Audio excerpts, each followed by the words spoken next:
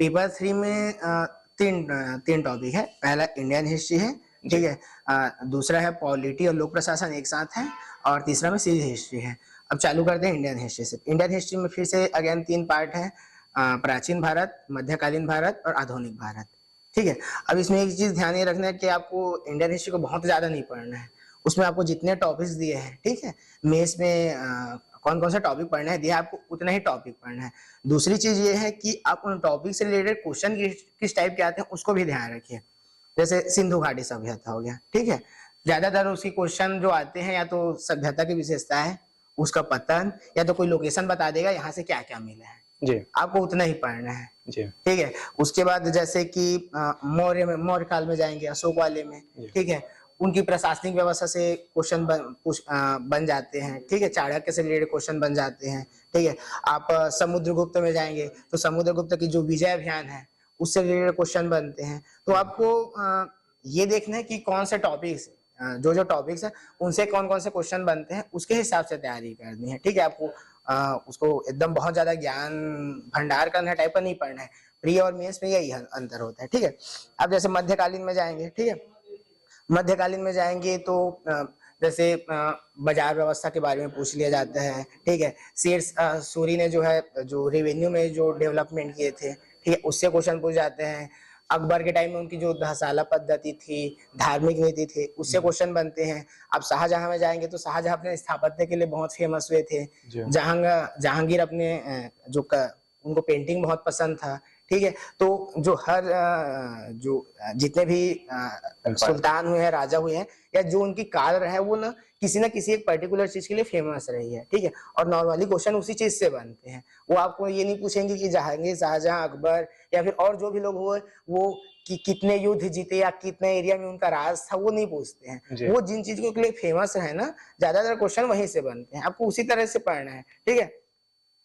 आप आधुनिक भारत में आएंगे, आधुनिक भारत की तो मैक्सिमम जो टाइमलाइन रहती है सभी को याद रहती है, ठीक है, क्योंकि उसको हम इतना बार पढ़े हैं। 15 अगस्त, 26 जनवरी को चीजें फिर से रिपीट होती ही रहती है, ठीक है। तो उसमें भी आपको वही देखनी है कि किन किन चीजों में आप कमजोर हैं, ठीक है। मेन चीज जैसे बंग भंग आंदोलन हो गया, ठीक है, उसके बाद असहयोग आंदोलन हो गया, भारत छोड़ो आंदोलन हो गया। ये जो मेजर चीज है वो तो सभी को आप लोगों को पता ही रहती है। बट जैसे क्रांतिकारी आंदोलन हो गया, ठीक है, उसके बाद जो किसान आंदोलन हुए हैं, जनजाति विद्रोह हुए हैं, तो ऐसे कुछ टॉपिक्स रहते हैं, उनको आपको देखना है। और यही सजेस्ट करूंगा, उसमें बहुत ज्यादा आप ज्ञान अर्जित करने का कोशिश मत कीजिए, ठीक है। जितने टॉपिक्स दिए हैं और जितने प्रीवियस ईयर में जो क्वेश्चन है उसी से रिलेटेड करके पढ़िए, ठीक है। और ठीक है, लिखने के जो तरीका रहता है उसको मैं आगे बताऊंगा, ठीक है। फिर उसमें जो दूसरा पार्ट है पॉलिटी और लोक प्रशासन, ठीक है। अब पॉलिटी के लिए आपको लक्ष्मीकांत लेके नहीं बैठ जाना है, ठीक है।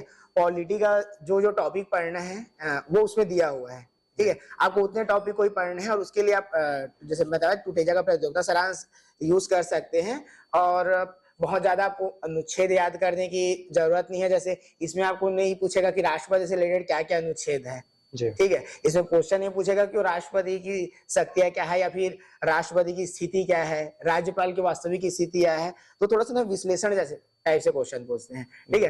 पंचायती राज में जाएंगे तो आपको ये नहीं पूछेगा कि धारा 40 में क्या है या धारा 56 में क्या है करके। वो पूछेगा कि पंचायती राज में महिलाओं के लिए क्या प्रावधान है। तो आपको उस तरह से चीजों को हैंडल करना है।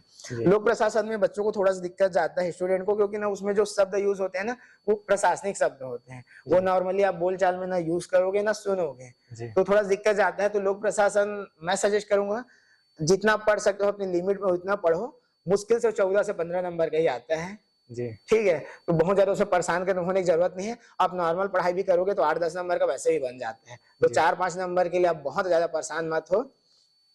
छत्तीसगढ़ की हिस्ट्री में थोड़ा सा हम लोग ढेर होशियारी करते हैं कि मैं तो मतलब अभी मैं और ग्रंथ लिख दूंगा, मेरा इतना लेवल का नॉलेज है करके, तो उसी में लोगों को बहुत दिक्कत जाता है। मेरा मानना है देखो छत्तीसगढ़ का हिस्ट्री ऐसा है कि उसका सिलेबस कम है, ठीक है, तो उसको आप बहुत ज्यादा अच्छे से पढ़ सकते हैं और उसमें ज्यादा से ज्यादा नंबर गेन कर सकते हैं, ठीक है।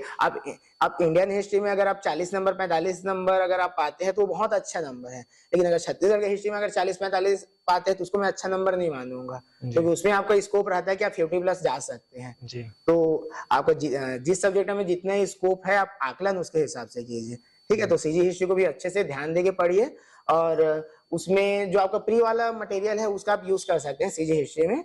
बस वही है कि उसमें लिखने के तरीका जो मैं आगे बताऊंगा कैसे करना है, ठीक है।